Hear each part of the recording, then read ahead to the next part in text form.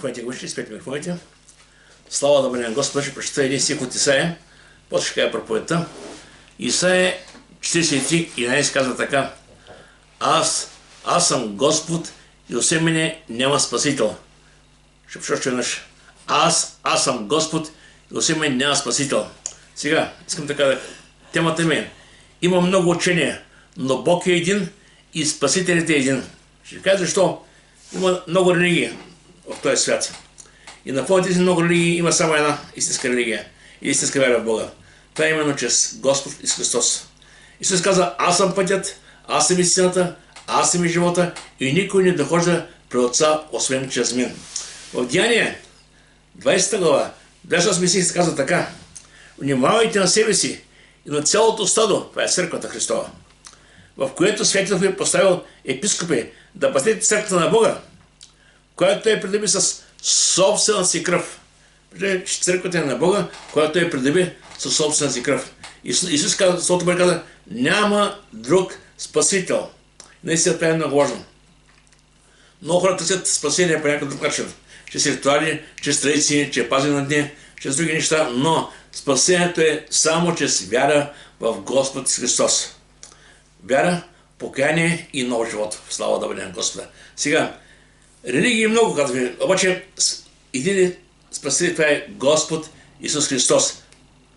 Защо дойде Господ сега? В Галатяни казва така, в Галатяни 1 глава, Галатяни 1 глава, 3-4 казва така, 3-4 стих. Благодат и мир да бъде на вас от Бога Отца и от нашия Господ Исус Христос, който даде себе си за нашите грехове, за да ни избави от настоящия чрез век според волята на нашия Бог и Отец. Виждаме, Бог изпраща Христос, за да ни избави. И сега дума: Исус Христос умря заради нас и вместо нас на кръста на Голгота. Защото Словото Божие каза, Римляни 6:20, заплатата на греха е смърт, а Божия дар е вечен живот при присъствието на нашия Господ. И когато Исус се молеше и нас се месела за своите апостоли, за своите ученици, които го следваха, и тези, които ще да последват именно за нас като църква, кога сега? Отче, желая где съм аз да бъдат с мене и тези, които си ми дал. Значи, Исус Христос желая където Той трябва да бъдем и ние. И това е нашето желание общо. Значи, виждаме, че това, което Господ иска, това искаме и ние. Сега ще им разбира как ще всичко това. За целта, всеки един човек, за да има алтернатива за небето, за да има вечен живот, за да знае защо наистина премина през тази земя, тя знае, че има един Спасител. Има един, който умря заради него и вместо него. И каза така, Матея, 20 глава, 28 стих: също както човешкият син не дойде да му служат, но да служи да даде живота си откуп за мнозина. Той умря за греха на целия свят. Той нямаше грех. Този, който има проблем, да бяха ние хората. Но слава това него, той умря вместо нас и заради нас. И наистина това ни дава вече надежда за небето. Сега, всяка религия, която погледнем като цяло, говори за Бога. И много път съм казал така: важно е човек да бъде вярваш. Няма значение какво вярваш, важно е човек да вярваш. Това е една голяма заблуда. Има значение какво вярваш. Не всяка религия води към Бога. Всяка религия може да говори за Бога, но пътя към Бога е само чрез Христос. Така че има значение. Сега, всяка една религия говори за добри неща. Бъдете добри, вършите добри дела. Така и дръжте си вярата в Бога. Той Бог е добър. И да си едва не Бог ще вземе пред нашите добри дела, които са вършили. Много религии говорят това нещо. Бъде добър, Бог ще вземе в небето дали добрите дела. Но няма такова нещо. Човек спасява поради вяра в Исус Христос. Или поради това, което направи Христос на кръст за нас. Сега дума. Само извинявайте. Сега. Спасението е чрез вяра, а наградата в небето е според делата. И бяхме говорили за тези неща. Така че спасението е чрез вяра. И сам Исус Христос, когато говори за небето, казва така за себе си. Вижте, каза: аз съм вратата. Значи вратата е място, откъде се влиза. Каквато сграда да е, колкото голяма сградата, откъде се влиза? От Бог ли? От вратата. Значи вратата към небето, това е Христос. И те казва така: аз съм вратата. През мене, ако влезе някой, ще бъде спасен и ще влиза, ще намира, и пак ще намира. Виждаме, че вратата към небето, към вечността е Христос. Няма друг начин, разберете ма. И сега това е много важно да разберем. Писае 65:20, Словото Бога така: към мене погледнете и спасени бъдете всички земни краища. Значи, вратата и спасението за всяка една човешка душа, без значение дали е в Америка, Австралия, Африка, Азия, Европа, няма никакво значение къде живееш. Няма никакво значение в кое време живееш. Има значение, когато живееш благата вест, какво правиш с нея. Приемаш ли Христос за свой спасител и Господ с покаяние и вера, или продължаваш да живееш така, като че не си чул. Днеска прекривам много информация на света за спасението, за Господа. Покрай Рождество Христово, Велики ден, Възкресение Христово, има толкова много филми, прожекции, информация, но покрай празниците църквите са пълни с хора. Идват всички хора. Обаче след празника също се вичу. Псалат все по-малко и по-малко и по-малко. И ежедневието продължава. Важно е да носим Христос всеки в сърцата си. Не само по празниците, не само от неделя на неделя. Всеки ден трябва да имаме взаимоотношение с Господа. И вижте, самия Христос каза: аз съм пътят, аз съм истината, аз съм и живота, и никой не дохожда при Отца, освен чрез мене. Няма как човек да е при Бога чрез своите дела, чрез своя живот. Някой ще каже: аз, знаете, има са моменти, в които разгледам с хора и казвам за покаяните и ми казвам: пари, аз живея добър, аз не правя нищо лошо. Не убивам, не лъжа, не крада, никому лошо не правя, гледам семейство, работя си, давам си парите на жената, гледам си децата. Да, все хубави неща, обаче ти не ще ги правиш за себе си. Пред Бога е необходимо покаяние. Покаяние, посвещение и следване на Господа. И се казва Словото Божие: не се безпокойте, не се притеснявайте, какво ще идете, какво ще пиете, какво ще облечете. Търсете първо Негово царство. И Неговата правда, всичко останало ще се бави. Сами се казва Словото Божие: какво ще полза, ако спечелиш богатството на цялата земя, а загубиш живота си? Какво ще дадеш земя на душата си? Тая материя ще най-изведе час. Представете си, ето, работите, Бог ви дава така мъдрост да правите хубави пари и ви не забогатяваш, ставаш, правиш милиони, ставаш милиарди, ставаш богат човек. Обаче, занемаряваш църквата, занимаваш молитвата, няма общение, няма християнско, просто фокусът е само там. И в един миг идва край на живота ти. Нищо това, което си придобил, няма да ти помогне за небето. Нищо. Така че е важно да поставиш Бог на първо място в живота си. Всички неща, които са необходими, Бог ще ги прибави.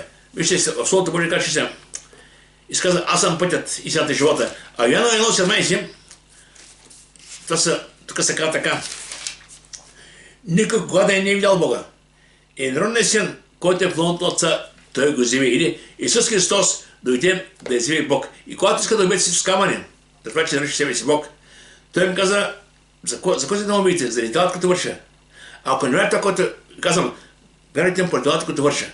Така е, че Исус Христос в думи, в живота, в дела, показва, че наистина Бог в реалност. Но, сега, идваме на въпроса. Много хора се питат днес: какъв е смисъл на човешкия живот? И как да мине пътя към вечността и към небето? Това е въпрос на битва. Всеки един човек, може и най-големият тиз да е, има време, когато видим да застава сам себе си и казва: добре бе, живота, който живее, ако е да е хубав, ако е да е много добър, ако е да ме хареса, ама и къде отивам, на къде отивам? И наистина е важно човек да има отговор за кой е създаден, защото ако човек никой не потърси отговор, няма да го намери. Но вижте, апостол Павел беше пред едни хора, които вярваха в много богове. И той тогава не им каза: ви вярвате в фалшиви богове. Не им каза така. Той каза: виждам, че сте много набожни. Дали при тях. И каза така: но аз ще говоря, тук има една табела на непознатия Бог. И им каза в няколко стиха кой е Бог, който вяра. Каза така: Бог, който е направил света и всичко, що е в него. Тук показа Бог като творец, създател. И каза така: като е господар на небето и земята, не обитава в ръкото. Представя Бог като суверен над цялото творение. Той е създател, той държи цялата земя по своите ръце. Това е Бог. И какво се казва така? Нито са потребни съжени човешки ръце и направил от една кръв всички човешки народи да живеят по цялото лице на земята. Всичко идва от Бога, разбирате ме. Всичко са от Бога. Без Бога нищо на земя. И на каква е целта? Защо? За да търсят Бога. В няколко си каза: Бог е създателя, Бог е твореца, Бог е съдържателя, но създаде всичко да може хората самото творение да го потърси Бога. И някой ще: как да намери Бог? Къде е Бог? Бог е невидим. Вижте сега. Амос 5 казва така, това са златни стихове: потърсете Господа и ще живеете. Човек в сърцето си, ако иска да намери Бога, ако иска да търси Господа, ще го намери. как се мери? Еремия 29 така. И ще ме потърсите. И ще ме намерите. Това, когато ме потърсите с цяло сърце. Вижте, понякога живота не може да е много хубав. Обаче, сега, на къде пътуваш? Която е тази альтернатива? Кое е бъдещето? В Яна, притчи, знаете, 16-12, притчи 16-25, казва, това е две притчи, казвате на също. Има път, който се вижда прав по очите на човека, но краят му е пътят към смърт. Сега, ако аз вървя по един път и знам, че края идва пропаста и ще дойде време, когато тя се прави долу, какво ще направя? Ще сме курса на живота. Ще обърне и ще започне нов живот. Ще потърси спасение. Така е в живота. Човек без Бога погива. Това е истината. Но човек с Господа има алтернатива. Има вечен живот. И в Словото Божие казва така, Йоанна 17 казва така. А това е вечен живот, да познаят Тебе, единният истинен Бог и всеки знае, който си изпратил. Това е вечността, е свързана с една личност. Това е нашия Господ Христос. В 1 Йоанна 5, 11, 12 казва така. И свидетелство е това, че Бог ни е дал вечен живот и че този живот е в Сина Му. Който има Сина, има този живот. Който няма Божия Син, няма този живот. Колко ясно казва? Приемаш Христос покаяние и да идеш при Бога и Бог ти дава вечен живот. Това е само ти. Може много да не ги разбираш. Има нещо важно. Казваш, Господи, аз съм при Тебе. Нещо разбирам. Нещо знам как става. Знам, че ти си казал, че който ме потърси от мен, ще го приема, ще го спасен. В Яна 1.20 казва така. А на някой го приеха. Бог даде право да се нарекат Божии чеда. Виждаме, че Бог дава право на хората, които търсят. Да, той става по нашите заслуги. Всичко става от Бога, разбира се. Сега, разликата между вярата в Христос и всичко останала религия е възкресението. Всички други, и Буда, и Кришна, и Мохамед, и всички други богове, които се бидат тази земя, хора, които имат за богове, са отдавна в пръста. А има един гроб, който е празен. И този гроб е нашия Господ Исус Христос. В Йоанна, Коринтияни 15 глава, каза, че наистина този гроб е празен, но има защо. Това е един апел към хората в този свят, да извърши този, който дойде от небето. Извърши делото си на кръста на Голгота, умря и се върна долу в небето. И гробът е празен. И каза така, в Коринтияни 15 глава, 14, даже пише 13, ако няма възкресение на мъртвите, то нито Христос не е бил възкресен, ако няма такова нещо. Но и ако Христос не е бил възкресен, то празна е нашата проповед, празна е нашата вяра. Значи, ако Исус беше останал в гроба, и сега да отидем да покланяме на гроба, там където е умрял Христос, ще кажем, той е вътре, той е заминал, не го няма. Обаче имаше кой той е възкъсна. И после казва така, ако само в този живот се надяваме на Христа, то всички човеци ние сме най-много съжаление. Сега дума, нашата вяра не трябва само за тази земя. Не вярвам в един Бог, който живя, проповядва, получава, изцелява, възкресява мъртва си, накрая умря на кръста на Голгота и се върна в небето. В Словото Божие каза, Римляни 4:25, Исус Христос умря за прегрешенията ни и възкръсна за оправданието ни. Значи, той завърши делото, за което беше изпратен, завърши на кръста делото, умря, на третия ден възкръсна и се върна отново в небето. Сега, тук има един въпрос, който му зададаха веднъж фарисеите и книжници, втори път и Петър му зададе. Те го питаха, Господи, къде отиваш? Сега виж тук стана сега. В Йоанна 13 глава, 36-37, тук Петър задава въпроса, но преди да е Петър на въпроса, Господи, къде отиваш? Виждаме една друга група хора. Фарисеите и книжниците, те бяха тогавашните религиозни водачи. И тук Исус им казва в правите така. В Йоанна 7 глава, от 30 до 36.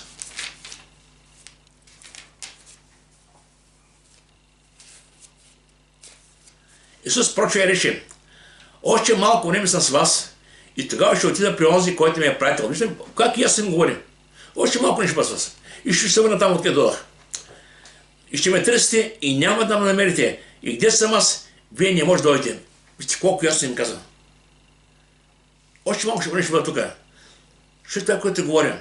Замислете се това, което ви казвам. Защото това няма и постоянно. И днеска много хора, човек и бага казва така, абе сега още не ме време. Някой ден като постаре, като вече живота като подмине, тогава ще обява. Всеки свърза или асоциира вярата с някой възрастни хора, с бабички и дядовци. Не така. Христос идва днес и сега за всеки един човек.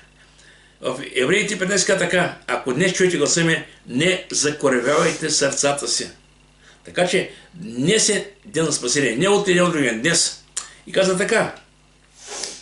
Те казаха, кога че тази дума, ще ме търсите и няма да мерите. И те вас не може да мерите. Те човека се разсъждаваха. Малко по-късно Исус отново говори. Каза така. И пак им рече Исус.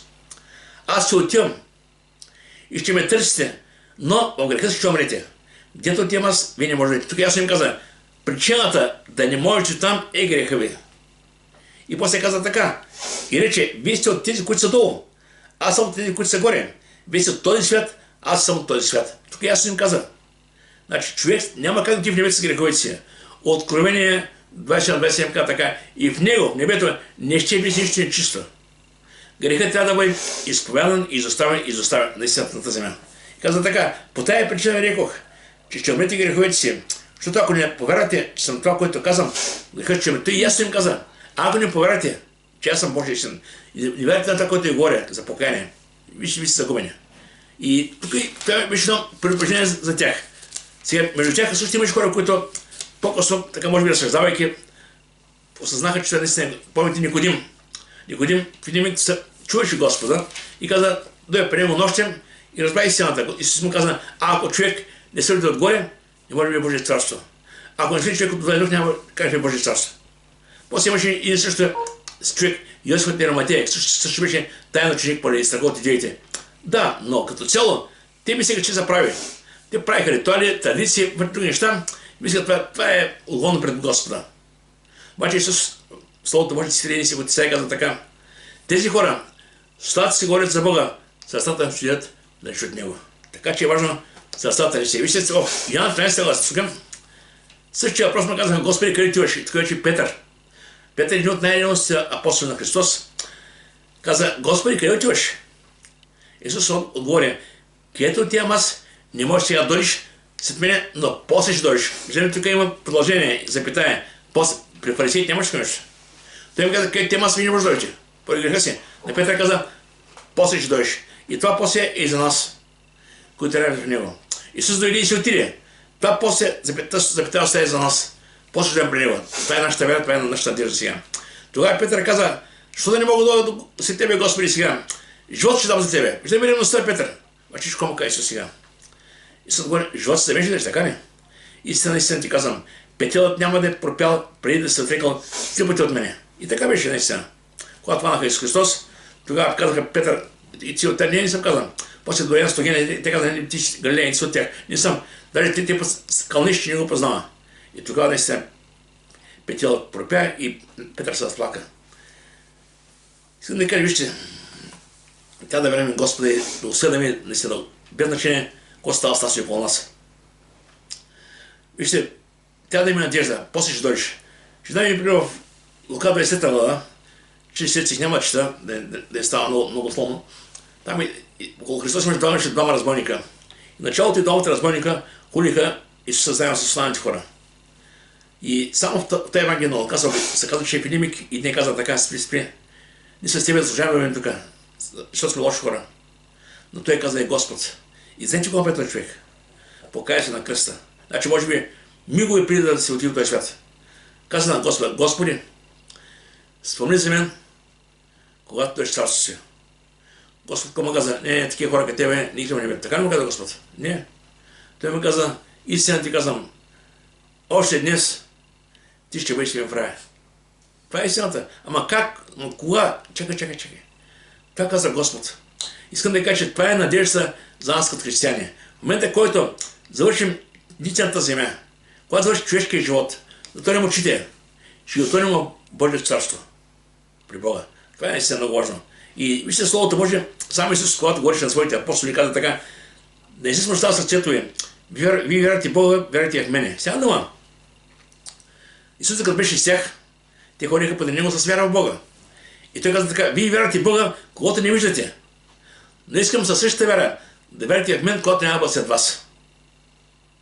Сега дума. И после обеща, виж кой каза сега, дома на отца ми има много обиталища. Ако не беше така, аз ще да ви кажа.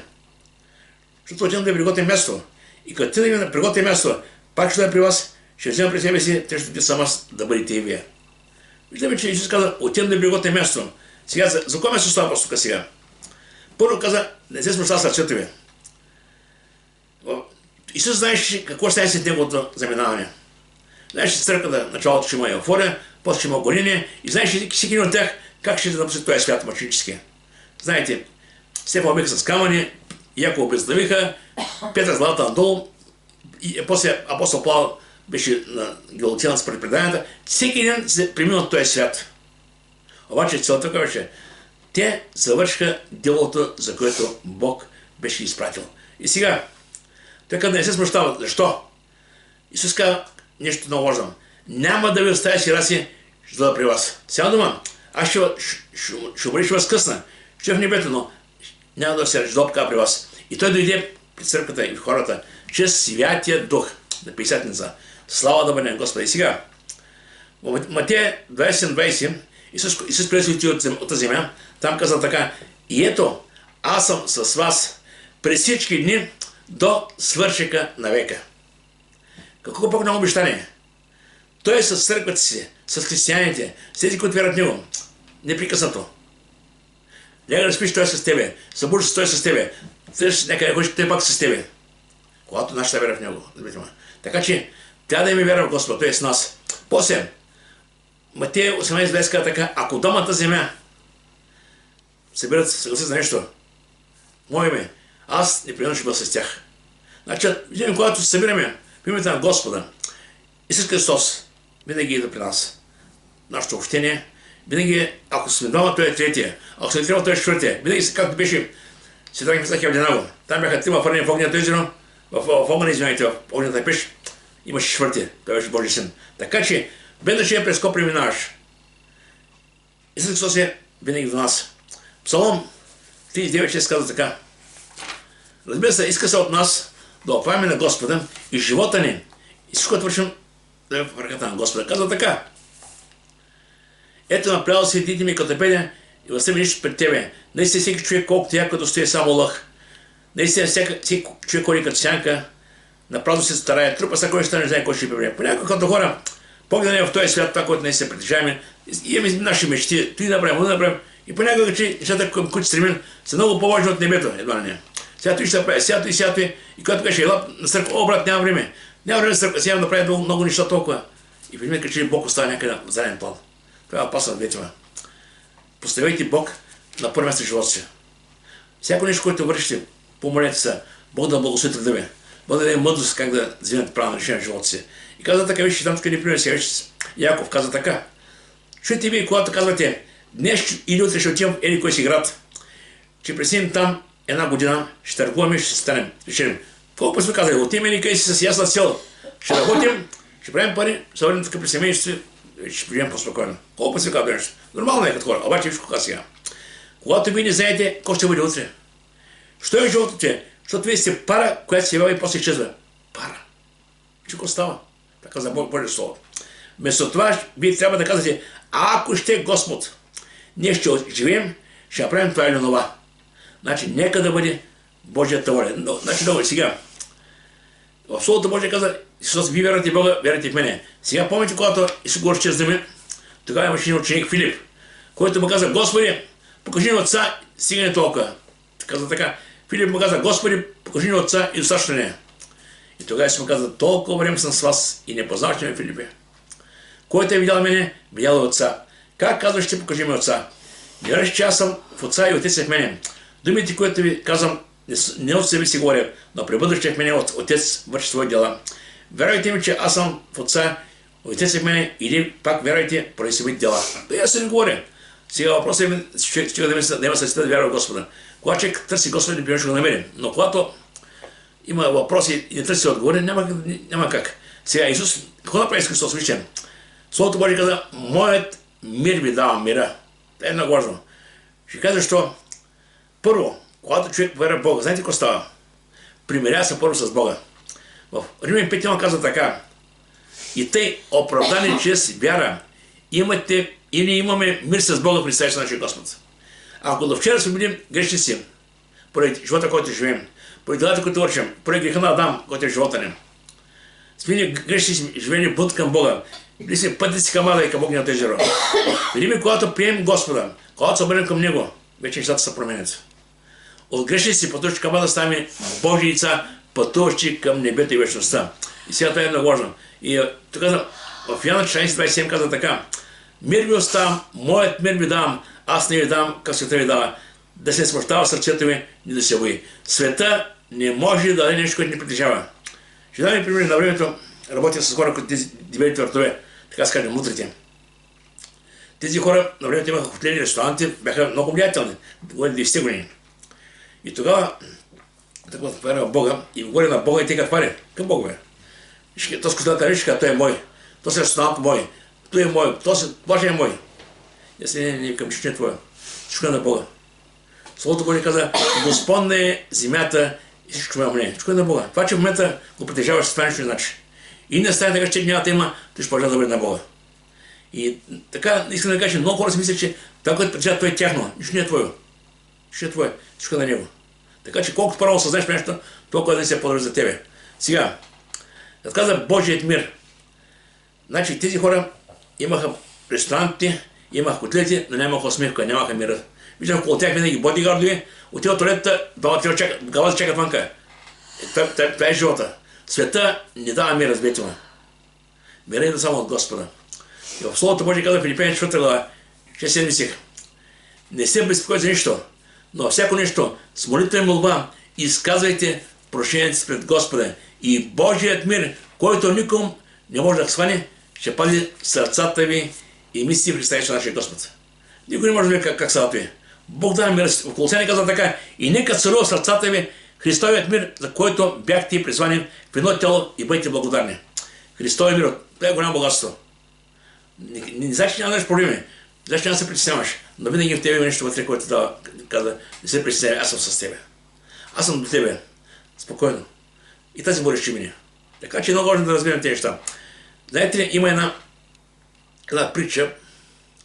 Един пастор казал на няколко човека от църквата, които са рисували хубави картини, и казал: искам да се ще правим за Божия мир. Искам да рисувате картината Божия мир. Да мога да след проповедта да я покажа на хората. И до седмица те проповедят за Божия мир. И днес 7-8 картини, художници. Първата картина показала едно хубаво море, една лодка там с платноходката, рибари ловят риба, така напаяна спокойно, много хубава, така лъха мир. Втората картина била птички, зелена, спокойствие. Другата картина била селски двор, животни там, така хората се движат. И всяка картина има някакъв усет на мир. Обаче, един от художниците донесъл една картина. Картината имала една пропаст. Имало и една пукнатина в скалата. И в тази пукнатина стала едно враче. И отвънка грамотевици, буря, дъжд, светкавици, мрак. Страшна картина. А та птиче, стоейки там пукнатината, чуроликало, защото било на сигурно място. Това е Христови мир, разберете ме. Христови мир е: живеем в свят, така че княза на този свет страна. Понякога ще има буря, понякога ще има изпитания, трудности, страдания, но когато Христови мир в тебе, той няма да пресня, защото Бог е с тебе. Словото Божие каза: никак няма да те оставя, никак няма да забравя. И тук, когато говори, сега искам да кажа за това нещо, и се каза: отивам да я приготвя място. За какво място това въпрос? Значи ние понякога правим аналогия за небето, ако мога асоциация с това, което живее на тази земя. Къщата, колата, вилата, семейство, и едва не горе живее нещо подобно. Не, няма нещо подобно. Небето няма налог, небето няма сравнение с тази земя. Вижте сега какво се казва Словото Божие. И се казва: отивам да я приготвя място. И Исус си първо Исус на кръста. Място, което да прави Исус на кръста първото е. Защото без кръста, без покаяние, без изставяне на греха си, няма как да отида на небето. Първото място е на кръста. Второто място отида да подготви място в небето. И тук има няколко си, които дават така малко отваря вратата, да разбираме за какво става въпрос. А според както е писано, каквото око не е видяло и ухо не е чуло и на човечето се не е дохождало, всичко това е приготвил Бог за тези, които го любят. А на вас Бог откри това чрез духа, понеже духът издръва всичко, даже и Божие задълбочение. Значи няма как апостол Павел беше горе в небето, нищо не да каже. С изпитание, да беше в изтъпление, видях че горе. Но дойде нищо мога каже, видях много неща, които така нямам думи да изразя. Така че, важно да има надежда, че в небето Бог подготвя много добро за нас. И аз мога да кажа определено, че всяко едно Божие дете ще бъде много приятно и изненадано това, което очаква в небето. И тук псалмите така, колко е голяма твоята благост, която се пазва за ония, които се боят и която се приготвя за ония, които оплават на тебе в присъствие на човешки членове. Слава да бъде на Господа, се чудесно. Първо Петрович, тук апостол Петър говори за наистина, че Христос е нашата жива надежда. Що казваме жива надежда? Надеждата последно, това е нещо, което човек наистина има в сърцето, така като се надява. Нещо. Ще ми принесе. Много пъти хората, които идват на власт, обещават много неща. По-големи заплати, по-големи пенсии, по-добър живот. Казват много неща, които обещават. И хората се надяват на тези неща, гласуват с тях и после като отидат горе забравят какво са обещали. Но при Бога няма това нещо. Бог това, което е обещал, той е верен да го изпълни. Това е разликата. Това, което Бог е обещал, той е верен да го изпълни. И така се е Словото Божие в Петрово. Благословен да бъде Бог и Отец, нашия Господ Христос, който според голямата си милост не възрази за жива надежда. Значи не само надежда, жива надежда. Защо? Често сината на Исус Христос от мъртвите. Защо е коя надежда? За наследство нетленно, неоскверняемо и което не повяхва за пазил на небесата за нас. Така се говори, наследство, нещо, което никой от нас не заслужава. Но всички поради Божия милост Бог го дава. Защото сме Христови. И казва така, които с Божия сила сте вардени, чрез вяра спасение, то са такива спасения. На сега дума, Бог пази наследство, пази и нас. До момента, който е при него. Не е уникално това. И казва така, когато любите, без да се го видели, когато като вярвате, без сега да го виждате, радвате се с неизказана и престанна радост, като получавате следствието на вярата си, спасението на душите си. Слава да бъде. И после казва Словото Божие, пак ще дойда и ще я взема при себе си. Пак ще дойда. Сега дума, в момента живеем времето, когато очакваме дойде Господ да вземе църквата си. Сега разбира се, много хора казват, първо трябва да стане това, аз не мога да кажа, кои ще трябва да стане първо. Така че, за един час не е само Бог. Така че, кога ще стане, не е важно. Важното е ние да бъдем готови да срещу с Него. Стъпка в стъпка да живеем с вяра. Това, което Бог има направи, ще го направи. Да, защото трябва да се издаде антихрист, после ще има храма, трябва да се получим и ще има голяма скръп и много други ще има полицията на земята. Но Бог ще вземе своите си, но урече от него време. Сега, и нещо, което е важно, което искам да запомним накрая на проповедта. Исус Христос е единственият път към небето и вечността. Няма друг път, разберете ме. Някой може да каже, добре, ако живее добър праведен живот, но да не вярвам Бога, ще върши небето. Няма как да върши небето. При небето не отиват най-добрите според своите стандарти. В небето отиват тези, които вярват в Христос. Ние не отиваме в небето поради нашите дела. Отиваме в небето поради едно дело. Това, което направи Христос на кръста. В 1.8.30 Словото Божие казва така: и ще познаете истината. И истината ще направи свободни. А 1.8.36 казва така: ако Синът те освободи, ще бъдете наистина свободни. Свободни от греха, свободни от всичко това, което наистина заробва в бездната. Сега, 1.1.17 се противопоставя закон и благодат. Законът беше даден да изяви греха, а Исус да вземе да омъзи греховете. Сега на закона показва, че сме грешни. В 1.17 казва така: законът беше чрез Моисей, а благодатта и истината дойдоха чрез Христос. И идейки при Христос, Бог ни прощава греховете, умине в кръвта си и ни нарича свои Божии деца. И тук Словото Божие каза какъв е път и сега. Трябва да имаме дразумение, трябва да ми вяра в Бога. Каза така: а сега в Христа Исуса, вие, които някога сте били далеч, сте поставени близо чрез кръвта на Христа. Това, което преживява при Господа е, че кръвта на Христа ни очиства и вече можем да имаме взаимоотношение с Бога. Близко да общуваме с Него. Съдяваме на Божията милост и благодат. И после 18 си казва така: защото чрез Него и ните другите имаме своя достъп при Отца в един дух. Ще дадем пример, това го пише апостол Павел. Самия апостол Павел усеща, че вече краят наближава. И знаете какво прави сега? Той не плаче, не се майка, казва: Господи, аз заминавам. Не, ще кажа сега. Защото аз вече ставам жертва и времето на отиването ми настава. Усеща се заминава. И какво прави сега? Аз се пък взех доброто воинстване. Пътя свърших. Вярата опазих. Отцата се пази за мене, веса правата, който Господ ни прави на сега ще ми въздаде в оня ден. И не само на мен, но на всички, които са обикнали неговото явление. Това е, вижте. Един път, който аз вървим, вяра, която да отозим. И в небето има награда за всички Божии деца. Нека Бог да благослови. Гали? Слава да бъде на Господа. Сега пенка, помни сега, ако учиш. Сега пенка.